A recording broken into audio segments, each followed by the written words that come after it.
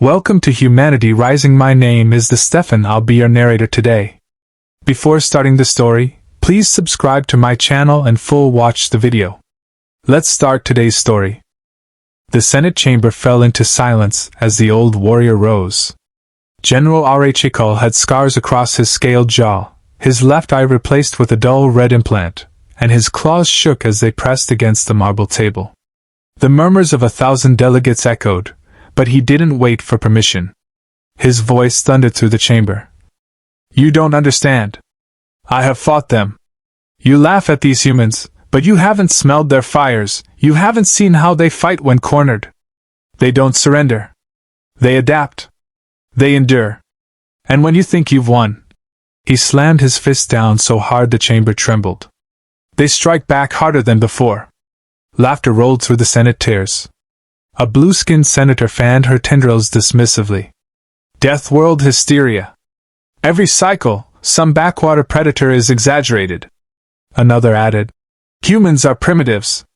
Their weapons are metallic projectiles and chemical explosives.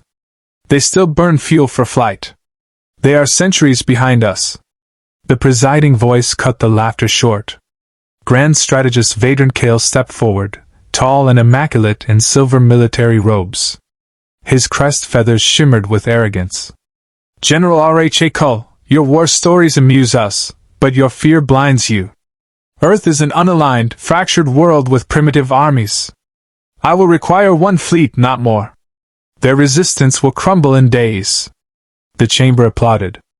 Arachikal only stared at Kale, his voice dropping to a rasp. Then you will learn the hard way what I already know. Across the void, under the pale light of the moon, Colonel Marcus Hale studied the alien ships burning through the upper atmosphere. They descended in neat formations, vast as mountains, bristling with weapons. Around him, the command bunker buzzed with controlled panic. Transmission from orbit. The comms officer muttered, pale. They're broadcasting surrender terms. Hale leaned closer to the cracked monitor. An alien voice translated into flat English. People of Earth, you are annexed by decree of the Galactic Empire. Lay down your weapons. Resistance is futile. He exhaled slowly. Futile. The word lingered like an insult. He'd fought wars where his side had less, where the enemy had tanks and air superiority, and still they'd found ways to survive. He looked at the men and women in the bunker, soldiers, militia, engineers, even farmers carrying old rifles. They weren't broken. Not yet. Sir? Asked Sergeant Lorna Pike, her face streaked with soot. Hale tightened his vest straps. We're not handing them the planet. We'll fight with what we've got. The first landers slammed into the forested valley outside Denver. Alien troop carriers unfolded with mechanical precision, disgorging ranks of armored soldiers. They advanced in perfect lines, their weapons humming with plasma firepower. Hale crouched in the tree-line with his unit. Each heartbeat pounded louder than the alien engines. Hold, he whispered. The militia fighters shifted nervously, clutching rifles decades old. The alien commander raised a metallic staff. Humans of this sector, kneel and you will be spared. Hale gave the signal. The tree-line erupted. Gunfire cracked, mortars thudded, homemade explosives roared. The aliens staggered as bullets shredded unshielded joints, as firebombs engulfed their ranks. Chaos rippled through the disciplined formation. Reload! Pike shouted, tossing a fresh magazine. Hale fired, dropped, rolled, and popped back up. Plasma bolts hissed past, burning bark to ash. He aimed for eyes and throats, the places helmets didn't cover. The first alien fell with a strangled hiss. Then another. Then a dozen. The perfect lines dissolved into confusion as soldiers broke formation. Push them back! Hale roared. The militia surged forward, knives flashing, bayonets stabbing, rocks even thrown when ammo ran out. A young farmer tackled an alien twice his size, screaming as he jammed a kitchen blade into the exposed throat. Within minutes, the landing zone was a graveyard of burning wreckage and twitching alien bodies. A few survivors dropped weapons and raised clawed hands in surrender. Hale's chest heaved as he scanned the battlefield. Not one of his people had surrendered. Half were dead, yes, but the other half still stood, eyes blazing. He pointed at the captives. Tie them up. I want answers. Hours later, in the bunker, one prisoner was forced to its knees. Its armor was stripped, its gray skin slick with sweat. A translator drone hovered overhead. You were supposed to conquer us in days, Hale said flatly. Explain. The alien bared sharp teeth, trembling despite itself. You fight like predators. You don't retreat, you improvise. It is not war, it is survival turned into slaughter. Pike leaned closer, voice cold. Get used to it. We've had practice. The alien shivered and muttered something in its tongue. The translator hesitated, then spoke. They are worse than the beasts of XORH. They will kill us all. Above Earth, strategist Kale stood aboard his flagship, watching the tactical feed. Red icons, his troops, blinked out far too quickly. Reports screamed of unacceptable resistance. His crest feathers flattened with irritation. Impossible, he muttered. A primitive species cannot. He cut himself off, eyes narrowing. Very well. If they will not bow, they will burn. Back on Earth, Hale stared at the night sky, watching alien lights move above the clouds. He knew what would come next, bombardments, heavier troops, maybe weapons he couldn't imagine. But something had shifted. They'd faced the Empire's first blow and still stood. He turned to his people. They think we're animals. Let's remind them we're the meanest animals they've ever picked a fight with. The soldiers laughed darkly, the sound rough, exhausted, but alive. In the distance, the forest still smoldered with alien wreckage. For the first time since the ships appeared, hope sparked, not because the enemy was weak, but because humanity had proven it would not kneel. And Hale knew this was only the beginning. The first bombardment came at dawn. Colonel Marcus Hale crouched in a drainage tunnel with 30 survivors, the walls shuddering as shockwaves rolled through the earth. Above them, plasma fire turned whole city blocks into molten ruin. The ground rumbled like a giant's heartbeat. Denver's gone, Sergeant Pike whispered, her face streaked with ash. They're not here to scare us anymore. They're wiping the map clean. Hale pressed his palms against the dirt. He could feel the vibrations of tanks, alien walkers, grinding across the surface. His jaw tightened. Then we stop them before there's nothing left to save. Above Earth's atmosphere, strategist Kale listened to casualty reports. He had doubled the invasion force. Still, messages arrived in clipped bursts. Convoy ambushed. Walker sabotaged. Supply line destroyed. Kale waved the reports away. Tactical anomalies. These primitives are pests, not soldiers. Yet even he heard the unease in his captain's voices. Back underground, Hale spread a crude map on the tunnel floor. A flashlight beam swept over supply depots, bridges, rail lines. They depend on logistics. Same as us, he told the fighters. We can't fight their fleet, but if they can't feed their army, they'll bleed out. A mechanic, sleeves burned from an earlier raid, frowned. Sir, we're outgunned. Plasma rifles against bolt actions? Walkers against trucks? Hale tapped the map hard enough to echo. Then we fight smart. Hit their supply convoys, their fuel. Make them feel hunted. The group exchanged looks. Exhaustion weighed on their faces, but no one spoke of surrender. That night, under rain-slick streets, the ambush unfolded. Alien transports rolled down the highway, sleek armored beasts glowing with blue energy. Hidden in shattered storefronts and burned-out cars, humans waited with Molotovs, stolen rifles, and wired charges. Hale watched through broken glass, breath steady. On my mark, he whispered into the radio. The first truck hit the tripwire. The explosion flipped it sideways, showering sparks. From every angle, fire erupted, bullets ricocheting, grenades flashing, firebombs crashing against alien hulls. The convoy descended into chaos. Alien soldiers poured out, shields raised, weapons blazing green plasma. Humans darted through shadows, firing in bursts, vanishing before counterfire struck. One squad lobbed explosives onto a walker's back, turning the machine into a burning husk. Pike slid beside Hale, reloading. "They're cracking!" He nodded once. "Press them." By the time the battle ended, the highway was littered with twisted alien wrecks. Human casualties were brutal, but supplies were theirs, crates of energy cells, food packs, and medkits. For the first time, Hale's people feasted on alien rations, chewing in silence, half in disbelief. In the Senate chambers light years away, General Arachekal shouted until his throat burned. "They are not pests! They are predators! Every supply convoy you send is destroyed. Every walker that lands is torn apart. This is not incompetence, this is humanity." Senators jeered. Superstition. Coincidence. Kale's hologram flickered into view, his voice calm but cold. "Do not panic the council with your fantasies, old general. The humans are buying time, nothing more. Tomorrow, I will land my elite." Arachekal gripped the edge of the podium, his claws scoring the wood. "You will regret your arrogance." On Earth, Hale's unit trudged through snow-dusted mountains, carrying stolen alien weapons wrapped in blankets. Pike staggered under the weight of a plasma cannon. "Feels like carrying a car battery on my back." "Worth it," Hale said. "We just upgraded." The humans learned fast. Within days, alien rifles fired from human hands, crude adapters rigged from spare parts. Engineers stripped walkers for power cells, turning them into mines.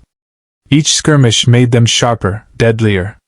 At a campfire, one private muttered, "Feels like we're cavemen stealing thunder." Pike grinned tiredly. "And throwing it right back at the gods." The next clash came near a bridge spanning the Arkansas River. Alien walkers approached, towering 20 feet high, steps shaking the earth. Energy shields shimmered around them. Behind, columns of armored infantry marched. Hale positioned his fighters along the cliffs. Charges wired to the bridge supports blinked softly. The lead walker stepped onto the span. Hale raised a hand. "Wait!" Another walker followed. Then the third. He dropped his fist. The bridge erupted in flame and steel. Walkers plunged into the river, screaming metal crushed by falling stone. Alien infantry scattered, shields flickering. From the cliffs, humans rained fire. It wasn't a battle, it was a slaughter. Later, tending the wounded in a cave, Hale studied the men who'd survived. Too many empty bedrolls. Too many pale faces.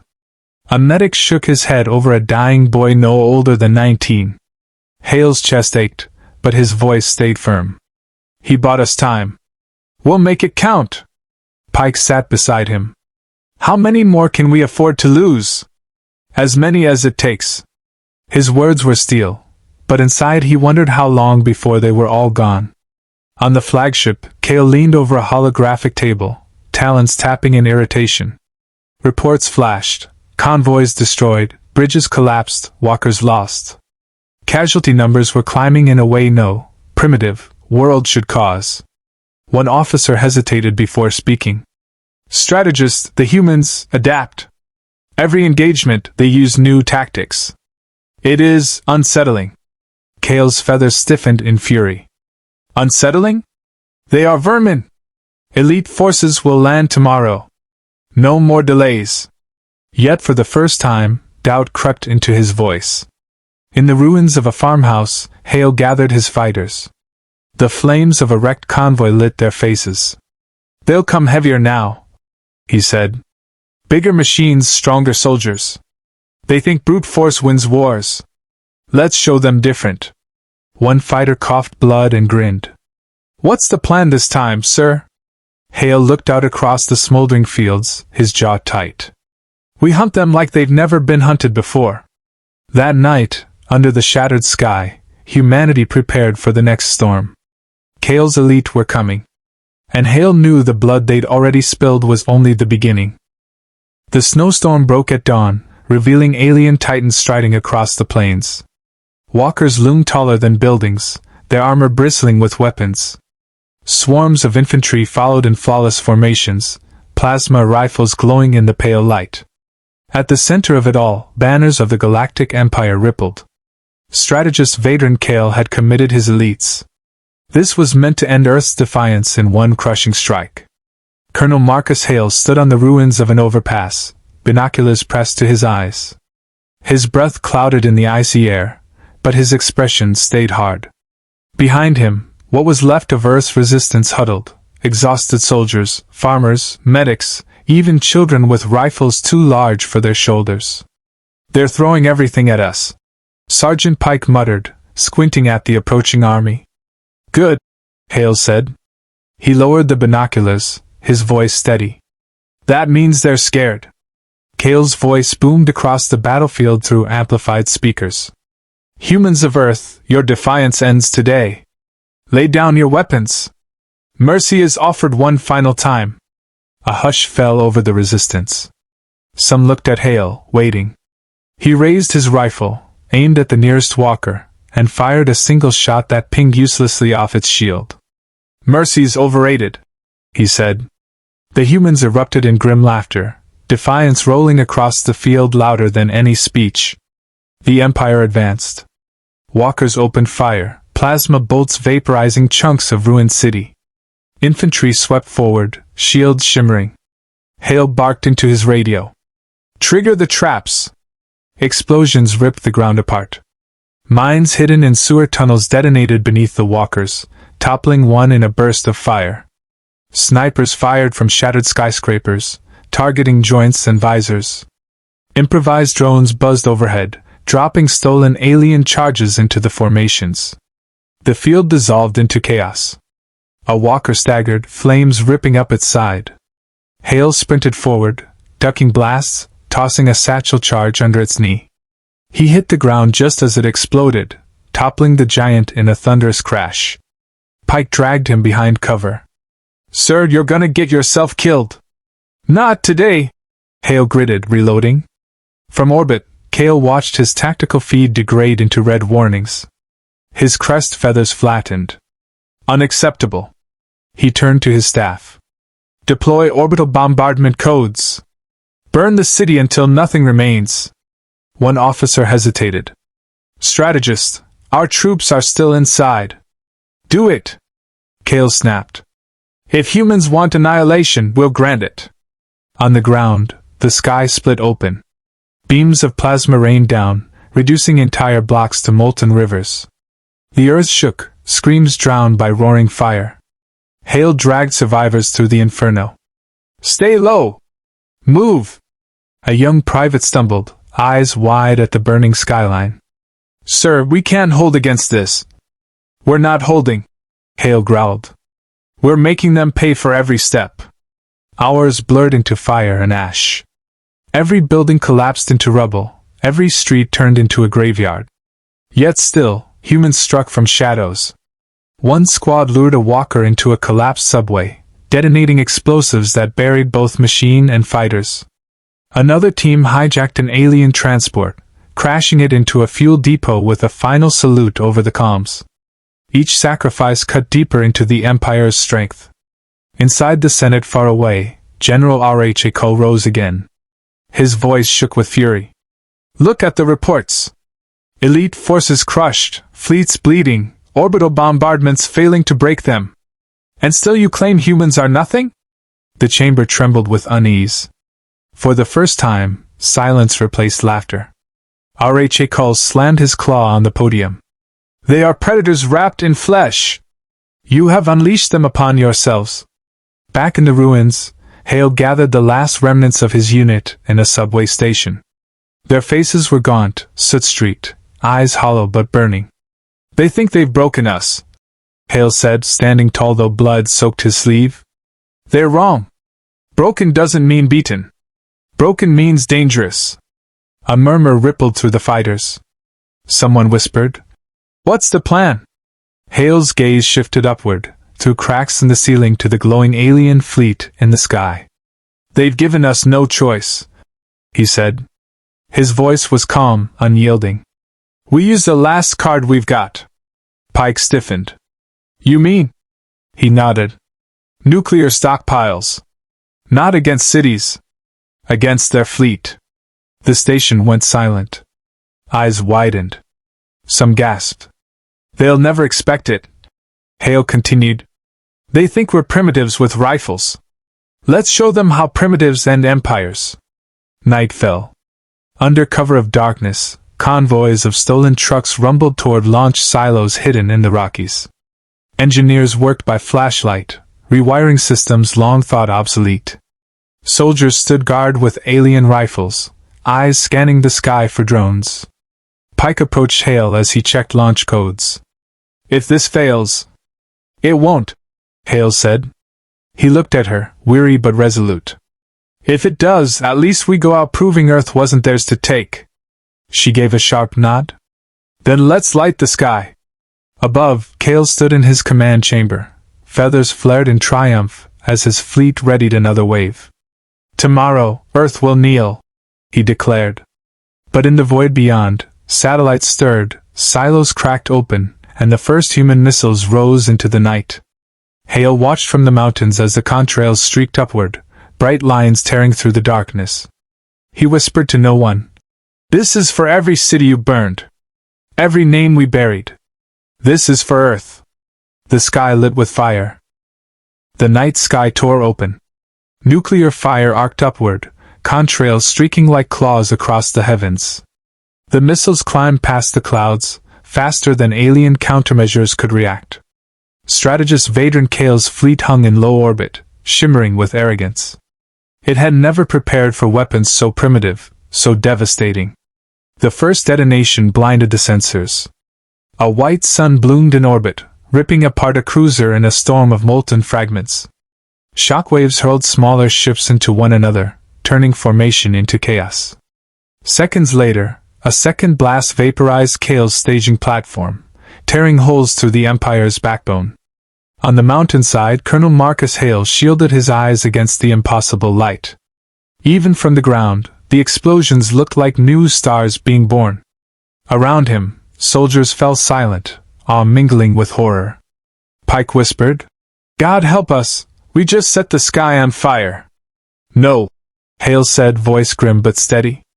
We just told the galaxy who we are. On Cale's flagship, alarms shrieked. Consoles flickered, hull plating screamed under stress. Officers scrambled, feathers bristling in terror. Shields collapsing. Deck 7 is gone. Strategist, half the fleet is crippled. Cale staggered to his command chair, eyes wide at the destruction spreading across his screens. He gripped the armrests hard enough to draw blood. Impossible. They were primitives. They weren't supposed to. His voice cracked, disbelief choking him. They weren't supposed to win. Far away in the Senate chamber, General R.H.A. Cull stood tall as reports flooded in. His scarred face twisted into something like satisfaction. Do you hear it now? He thundered at the silent council. Your invincible empire burns because you mocked a world you did not understand. I warned you. I begged you to listen. And now the predators you provoked have shown their teeth. No laughter rose this time. The chamber was suffocated with dread. Back on Earth, the battlefield was silent after the storm.